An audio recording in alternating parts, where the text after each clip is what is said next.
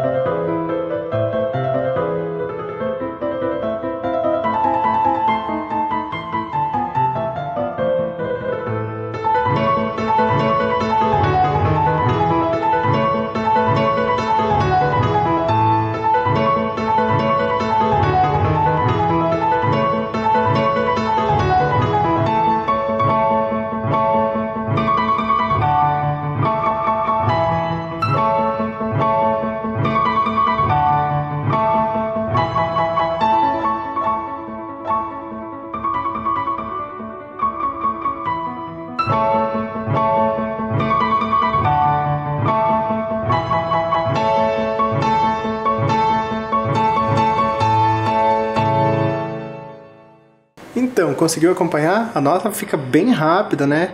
Ou pelo menos visualmente ali, observando as teclas que foram usadas.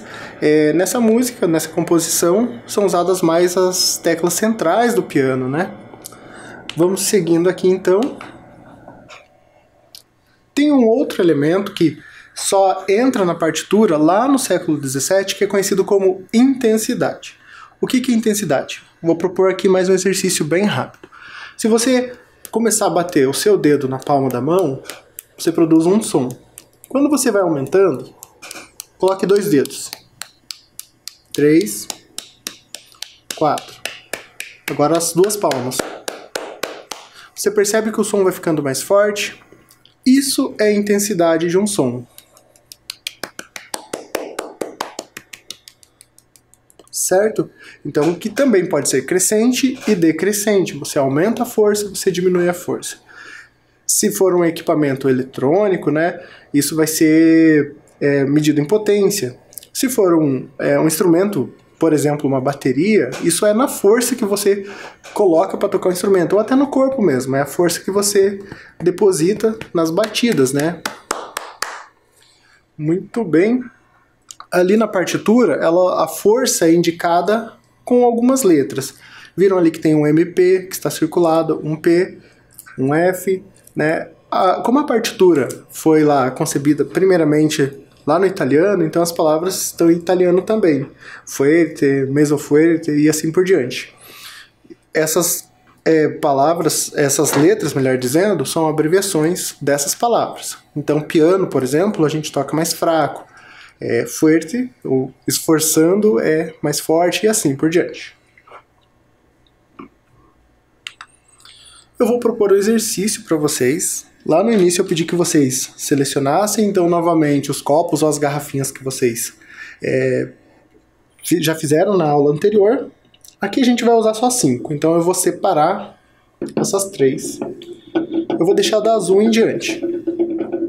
Então, basicamente, ali no gráfico, cada bolinha representa aqui uma das nossas peças, tá?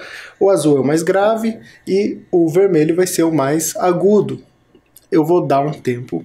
Você vai tentar descobrir, executando essa melodia, para tentar descobrir qual é a música que a gente está falando aqui.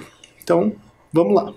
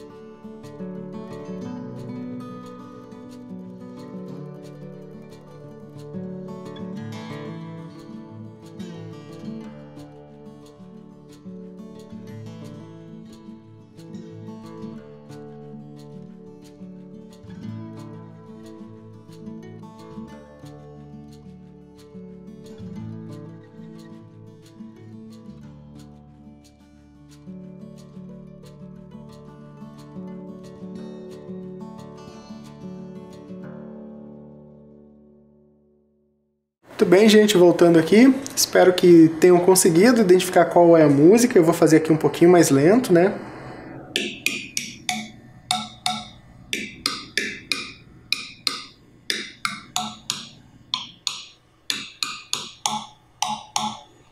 Agora ficou mais fácil? Então, trata-se daquela canção popular, né? O Pastorzinho, que inclusive fala o nome das notas musicais, né? Dó, ré, mi, fá, fá, fá, e assim por diante. Vamos seguindo aqui então. Já que a gente está falando sobre melodia, é interessante a gente cada vez mais tentar perceber a diversidade na qual a gente está, né, envolvido. O Brasil é muito grande, certo? O Brasil possui diversos estilos, cada um possui suas especificidades, né? Coisas que são próprias de cada região, por exemplo. Você já deve ter percebido que tem músicas que são mais características no Sul, tem músicas que são mais características do Nordeste e assim por diante. Eu vou trazer aqui um grupo que sintetiza e une essas referências que são às vezes regionais, né? Trata-se do grupo Doutor Cipó. É um grupo que foi formado aqui em Curitiba, inclusive, mas ele tem músicos de outros estados. Ele tem músicos do Rio Grande do Sul, também do Rio de Janeiro, além de Curitiba, logicamente.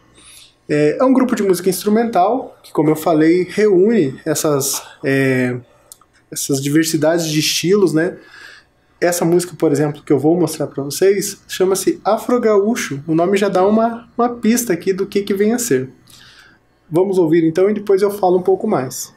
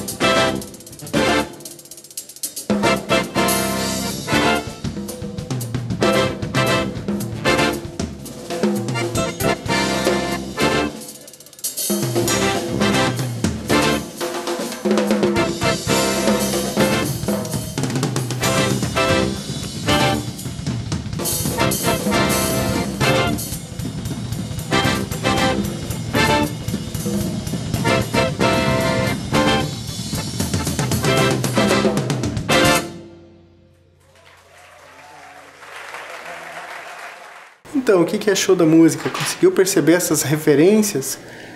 A gente vai falar um pouco mais sobre isso na próxima aula, né?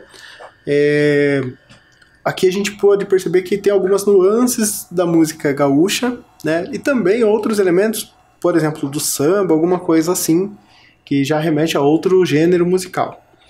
O grupo é formado pelo Guinha Ramírez, o Bebê Kramer, o Endrigo Bétega, o Mário Conde e o Ronaldo Sajorato, certo? A gente volta com eles na próxima aula. Para finalizarmos aqui, gente, eu vou propor que vocês tentem relembrar aquele exercício do samba e do baião que a gente fez usando o corpo, em aulas passadas. Eu vou deixar isso como proposta para vocês executando durante a semana e a gente retoma na próxima aula. Até logo!